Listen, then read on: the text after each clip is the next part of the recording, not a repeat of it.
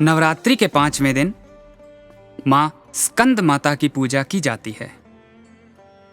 मां दुर्गा ने यह अवतार लोक कल्याण के लिए धारण किया।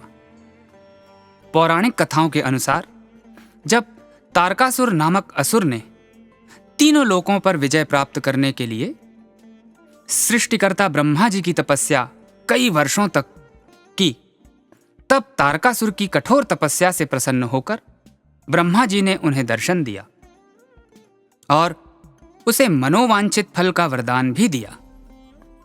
तारकासुर ने ब्रह्मा जी से अमरत्व का वरदान मांगा। ब्रह्मा जी असमंजस में पड़ गए, क्योंकि यह वरदान किसी को भी प्राप्त नहीं हो सकता था। यह सृष्टि के नियमों के विपरीत था। भगवान और देवी देवताओं को छोड़कर सृष्टि के प्रत्येक जीव की मृत्यु निश्चित है, और सृष्टि के अंत में तो सभी कुछ और सभी देवी देवता, यहां तक कि त्रिदेव भी उस निराकार परब्रह्म में लीन हो जाते हैं। और जब पुनः नए युग में सृष्टि का निर्माण होता है, तो ये तीनों त्रिदेव अपना अपना कार्यभार पुनः संभालते हैं। ब्रह्मा जी ने तारकासुर से कुछ और वरदान मांगने को कहा, किंतु तारकासुर केवल अमर होने की इच्छा रखता था। इसीलिए उसने थोड़ा विचार किया और अपनी दुष्ट और कुटिल बुद्धि द्वारा ब्रह्मा जी से एक नया वर मांगा। तारकासुर ने ब्रह्मा जी से कहा कि हे प्रभु, आप मुझे यह वरदान दीजिए कि भगवान शिव के पुत्र के अतिरिक्त कोई भी मेरा वध न कर सके।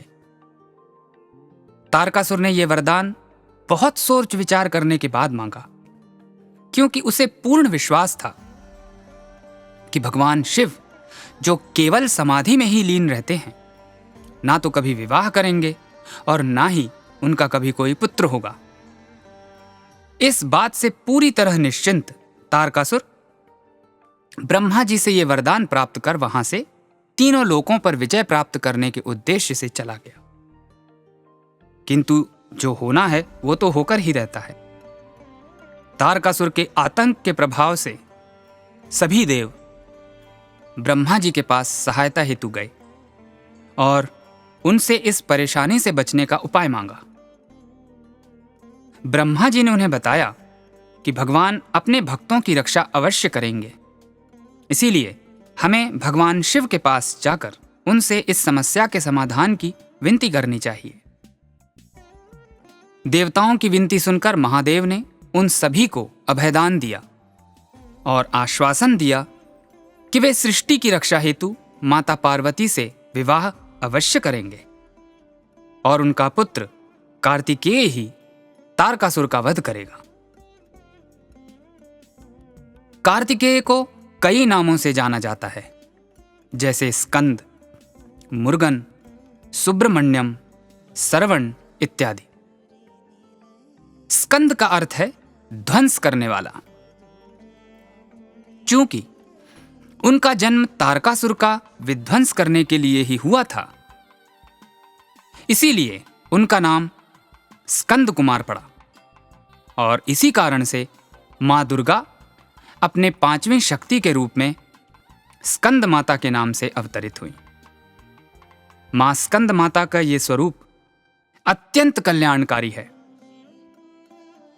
उनकी 4 भुजाएं हैं, जिसमें 2 हाथों में कमल का पुष्प है, एक हाथ वरद मुद्रा में है, और दाईं तरफ की भुजा में वे अपने पुत्र स्कंद को अपनी गोद में बिठाकर रखी हुई हैं। उनका वाहन शेर है। मां स्कंद माता के इस रूप को मोक्षदायिनी भी कहा जाता है। वे अपने भक्तों को मोक्ष की प्राप्ति करा देती हैं। वे सूर्य मंडल की अधिष्ठात्री देवी हैं। उनकी आराधना करने से भक्तों को समस्त दुखों से मुक्ति और मोक्ष की प्राप्ति होती है। मां स्कंद माता की पूजा में गंगा जल का विशेष महत्व है। कुमकुम, धूप, दीप इत्यादि से मां की पूजा की जाती है। स्कंद माता को सफेद रंग अत्यंत प्रिय है। सफेद फल यानी केले इत्यादि का नैवेद्य मां स्कंद माता को अर्पण करने से वे निरोग रहने का आशीर्वाद प्रदान करती हैं। साधक मां स्कंद माता को प्रसन्न करने के लिए इस दिन अपना ध्यान विशुद्धि चक्र पर केंद्रित करते हैं। मां स्कंद माता की भक्ति इस श्लोक के जाप से करनी चाहिए।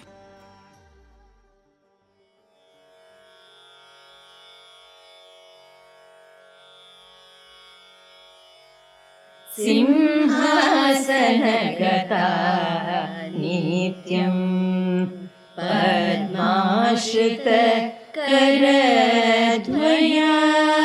शुभदास्तु सदा